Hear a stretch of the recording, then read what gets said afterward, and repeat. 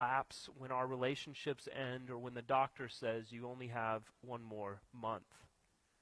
It's the underworld of the fairy tales and myths where the dragons and the gold he guards exist forever together. Chaos is where you are when you don't know where you are, and what we're doing when we don't know what we are doing. So in short, all of those things and situations we neither know or understand. This is the world of chaos, and if we're all honest, this is where we live.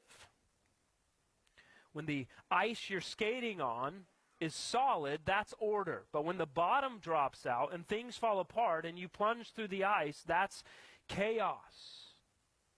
Chaos is the deep ocean bottom to which, remember, Pinocchio voyaged to rescue his father from Monstro, the whale and the fire-breathing dragon. It's the great story of history, entering into the chaos, the journey into darkness, and the rescue that must be done if he wants to be real, if he wants to extract himself from the temptations of deceit and all of the victimization and impulsive pleasures of slavery in which he existed.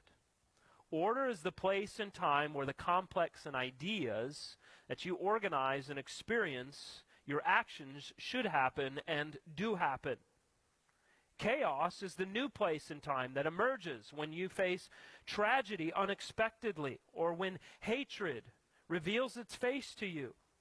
Even in the confines of your own home, perhaps. Something unexpected or something undesired might happen. And when the plan's being laid out, regardless of how familiar the circumstances, when it doesn't go that way, we find ourselves in a state of chaos. Now, the interlocking horns of order and chaos in our own lives is the tension between what we know things should be and the world that we long for and what we once had on the one hand, and how things actually are, and how we want them to change, and how they're never meant to be on the other. Think about all of our dreams for order and how we seek to achieve them. What is the rhetoric we hear every time there is a national election? This is the most important election of our lifetimes. Why? Because we think things are chaotic, and we're longing for order, and we're longing for a vision of order. And whether we realize it or not, the driver of our actions, the voice of our conscience, the aching in our hearts is a longing for the Garden of Eden, where there was order.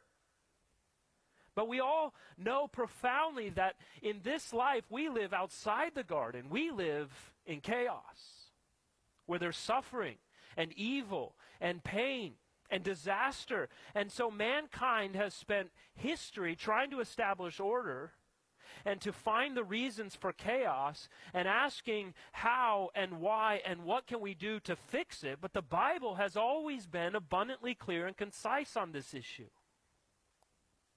There's a very famous Nigerian writer named Chinua Achebe. He wrote a book called Things Fall Apart. And he wrote that the world has put a knife on the things that held us together, and we have fallen apart. Indeed, everything has truly fallen apart, hasn't it?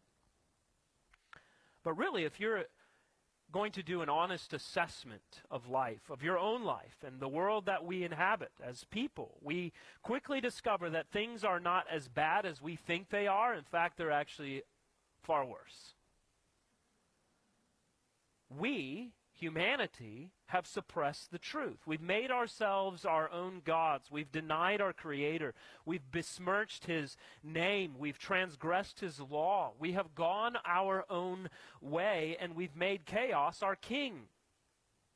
And throughout the book of Romans, especially in the first 3 chapters, the Apostle Paul applies meticulous reason as to why things are the way they are.